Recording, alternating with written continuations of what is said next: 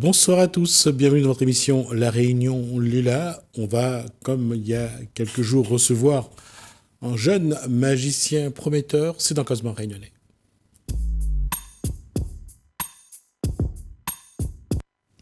Bonsoir Nadja.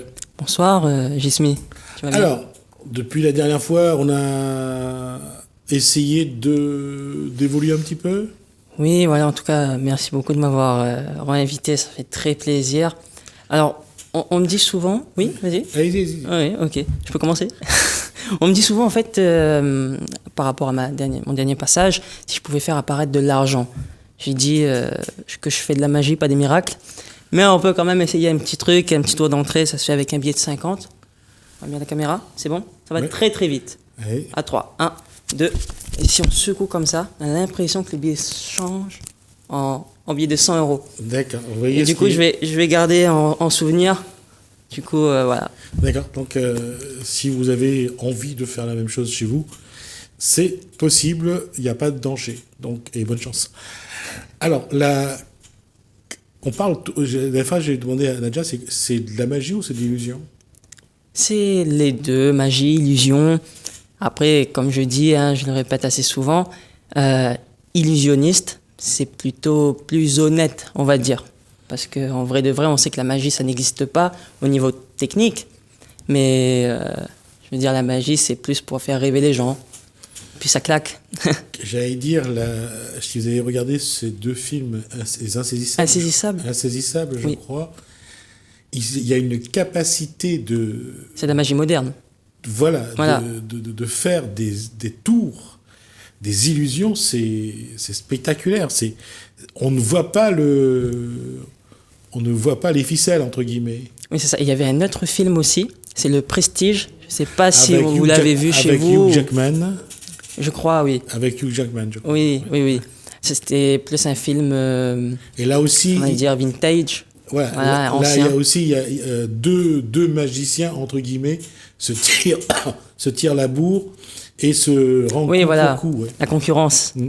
Voilà, mais non, la concurrence, c'est plutôt dans les films. Mais dans Insaisissable, l'acteur Mark Ruffalo, qui joue le rôle d'un policier, d'un soi-disant policier, et qui, pour ceux qui connaissent les Avengers, c'est lui qui est Hulk dans les Avengers. Donc là, on voit combien ils sont subtils, ils mettent vraiment de la manière, ils ont du talent pour qu'on ne voit pas, et ce qu'ils ne veulent pas qu'on voit d'ailleurs. C'est le travail. Et puis, c'est ce que je suis en train de... C'est ce que je fais, il faut que je travaille.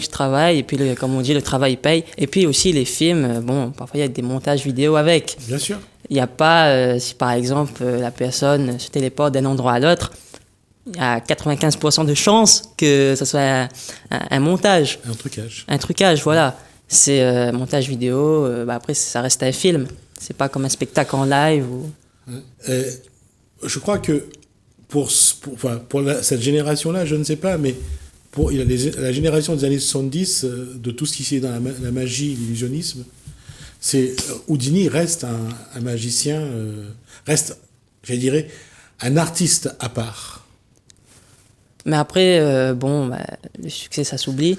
Mais je veux dire, il a toujours son petit succès. Il reste toujours dans les magiciens Et d'ailleurs, dans Insaisissable, ils font référence à Houdini, dans le film avec ses le 1 ou le 2? Je sais plus, je crois que c'est le 2. Et je crois qu'il y a cette illusion-là. Et c'est vrai que Houdini, quand il fait disparaître un éléphant sur un podium devant les spectateurs, ça reste un événement... Ça marque. Hein. Ça marque. C'est sûr à 100%. Surtout pour l'époque. Ah, ça, parce qu'on n'avait jamais vu de magie à l'époque. Ouais. C'était la première fois. C'était le tout premier public. Et puis les gens ne savaient pas du tout. Du coup, en vrai, ils avaient peur. Parce que c'était la première fois qu'ils voyaient ça. Bon, je t'avoue, Gismi, je voulais faire aussi apparaître un éléphant. Mais bon, le plateau n'est pas assez grand. Du coup, vas-y. On va faire avec. On va faire on va avec. essayer de trouver un éléphanto si il y en a. Il n'y en a plus à la Réunion. Et peut-être plus tard, je le ferai. Pas un éléphant, mais autre chose. Il y a une question aussi que je voulais poser à Nadja, c'est qu'est-ce que qu'est-ce qu'il faut chercher pour plaire au public?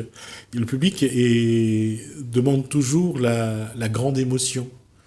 Comment on sait que le tour qu'on va faire, ben, ça va amener l'émotion? C'est comme je te disais, après, en fait, ça dépend des tours et puis il faut voir aussi la demande du public. Si par exemple, je fais un petit tour simple de tour de cartes à un public et je vois qu'il n'est pas très réceptif, j'allais me tourner plus vers le mentalisme ou autre chose. Et le plus important, en fait, c'est surtout de faire participer le spectateur pour qu'il se sente vraiment dans le truc. Et puis ça marque aussi. Je veux dire, faire apparaître quelque chose dans la main du spectateur, ça va le marquer à vie. Et après, faut trouver son public. Il y en a qui aiment la magie de Las Vegas, scène, à gros budget. Il y en a la simplicité.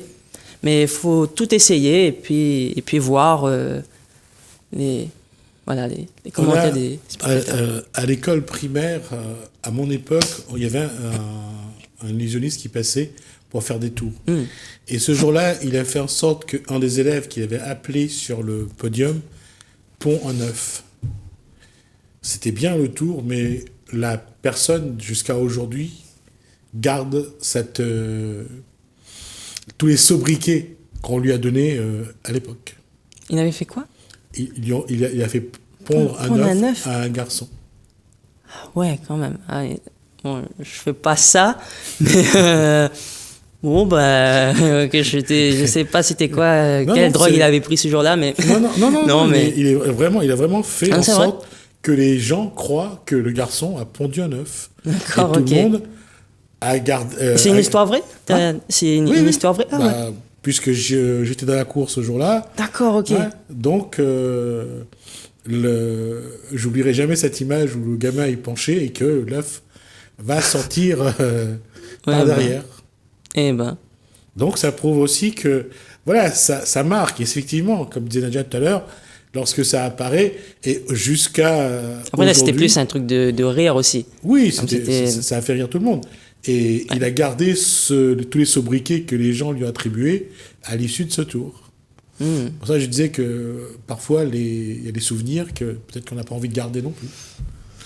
Et pour Nadia qui arrive aujourd'hui sur un terrain qui est aujourd'hui quand même un terrain très fort, il y a des unionistes qui sont vraiment, quand on regarde à la télé, il y a certains qui sont vraiment remarquables. Comment grandir dans cette voie-là et comment se faire un nom?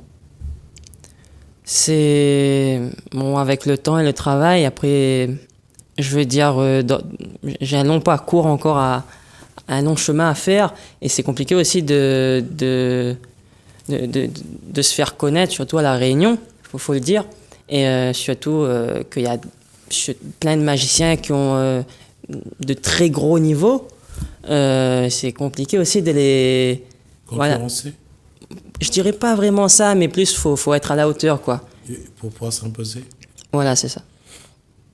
Quand on parle d'entraînement, de répétition, combien d'heures? Moi, pour ma part, c'est tous les jours. Je compte pas les heures, parce que quand on aime ce qu'on fait, on compte pas les heures. Je veux dire, quand on aime vraiment, on se lève avec. Moi, je me lève avec un jeu de cartes à la main, je dors avec un jeu de cartes à la main. Et je veux dire, quand je m'ennuie, je prends mon jeu de cartes, je manipule, je joue un peu avec. Voilà. Et puis ça dépend des autres tours. Hein.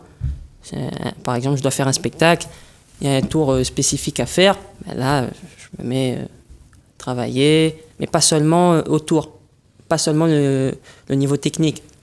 Mais après, la magie, c'est un ensemble.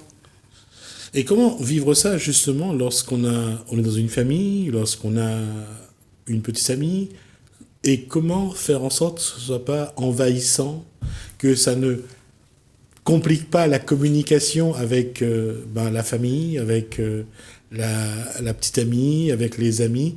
Comment faire en sorte qu'à un moment donné, ça ne lasse pas? Tu fais dans ton coin et quand tu as fini, tu reviens. C'est tout. Après, c'est vrai, il ne faut pas mélanger professionnel et personnel.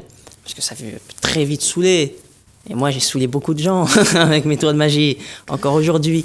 Mais après, voilà, moi, j'ai mon petit bureau à côté. Je rentre dans mon bureau, dans mon endroit de travail. Je fais mon truc. Quand j'ai fini, bon, bah... Nadja a quelqu'un qui le conseille, qui le guide un peu, qui lui donne quelques astuces, ou bien il va aller sur Internet, il va regarder, il va faire des manipulations pour trouver? C'est tout ce que tu viens de dire. D'accord. Ça veut dire les livres, Internet. Mais après, je regarde pas les tutos, je regarde plus les magiciens quand ils font. Je regarde un peu comment ils ont fait. Et puis j'essaye de refaire pareil, entre guillemets, avec mon secret à moi, ma technique. Et puis parfois, je crée des tours aussi. Et ce qui me conseille aussi, c'est ma famille, c'est mes spectateurs, les téléspectateurs aussi. Je vois les commentaires, je vois, ok, voilà, je m'améliore. Et puis, voilà, mon papy, ma mamie, frères et sœurs, et puis papa, maman, et tout ce qui suit. Combien de temps il reste encore, de travail apparemment, il reste encore à faire pour justement atteindre le niveau que Nadja a envie d'atteindre? Ça sera jamais fini. Ça sera jamais fini. Ça sera jamais fini, en vrai de vrai. Hein. Ça veut dire que même si j'ai atteint un bon niveau, level 50, j'aurai toujours un truc à apprendre. C'est comme dans tout. Sinon, si on connaît tout de suite, qu'on n'a plus rien à apprendre, ça m'étonnerait que ça existe. D'accord. C'est-à-dire, on apprend toujours et il n'y a pas une crainte de la lassitude? Par rapport aux spectateurs ou à Non, moi? par rapport à cette passion-là. À un moment donné, est-ce qu'on ne va pas se lasser? Est-ce qu'on va pas... Après, je vais te dire la vérité, Jismi, je compte pas faire ça toute ma vie non plus. Parce que la vie est tellement courte que j'ai envie d'essayer d'autres choses aussi. D'accord. Je veux dire, voilà, c'est sûr qu'après, on regarde les plus grands, Michael Jackson, c'était une légende, aujourd'hui on l'a oublié. Du coup, le plus important, c'est de se faire plaisir. Et non, je compte pas faire ça toute ma vie, mais en tout cas, le maximum que je peux, jusqu'à temps que j'arrive à atteindre mon objectif. Et une fois cela terminé, je passerai à autre chose. D'accord. Il y a cette boîte sur le... Oui, on l'a vu depuis le début. Le plateau. J'ai oublié de le dire en plus. On le voit encore là. Voilà, petite boîte. Cette petite boîte, on va le montrer à la caméra. Vous allez prendre et le monter à la caméra ici. Okay. Je montre vraiment. Là, voilà. C'est bon. Je vais les petites boîtes. Ah. Ok. On ne citera pas la marque parce qu'il n'y en a pas dessus. Mais on laisse là à vue au... Voilà. D'accord. Il y a une dame qui va sortir de la boîte ou pas? Ça, c'est ce qu'on va découvrir dans quelques instants. D'accord, ok. En fait, je voulais te dire. Alors, Ismi, respire un bon coup. Vas-y, souffle. Super. La dernière fois, je suis parti en vacances sur un bateau. Jismi, tu vas imaginer que tu es sur ce bateau. Okay, c'est bon? Oui. Tout d'un coup, le bateau, il coule. D'accord. Là, c'est toi le capitaine. Tu décides de sauver qui en premier? Moi. Les hommes ou les femmes? Moi.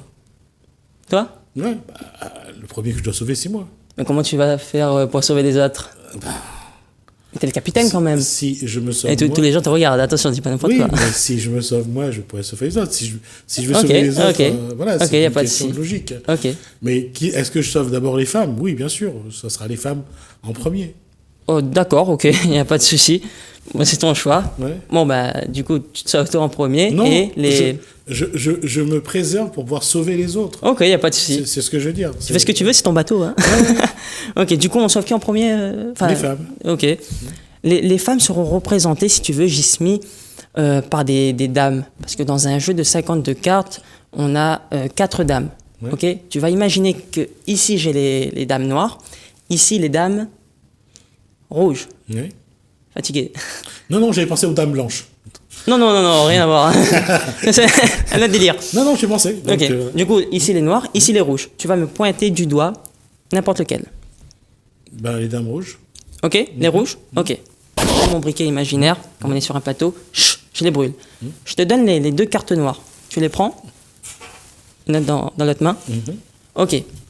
Ça veut dire qu'ici, tu as la dame. De choisir. La dame de carreau. La dame de carreau, c'est rouge. Ah, rouge, pardon. Alors, pique, très fatigué, là. Non, j'arrive pas à trouver. Donc, pique et... du coup, la deuxième carte, c'est... On a trèfle et pique. Ouais, du coup, il n'y a pas vraiment le choix. Ouais. Ok.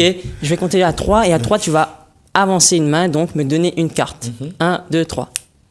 Là, tu me donnes quelle carte? Pique. Pique. Ok. Je prends mon briquet de tout à l'heure imaginaire. Je le brûle. Là, tu as gardé la dame de... Trèfle. Trèfle. Jusqu'à là, il n'y a pas de magie. Mais je veux dire, tu peux prendre la carte imaginaire et la lancer dans la boîte. On dirait que tu as fait ça toute ta vie, Gismi. Ouais, merci. C'est incroyable.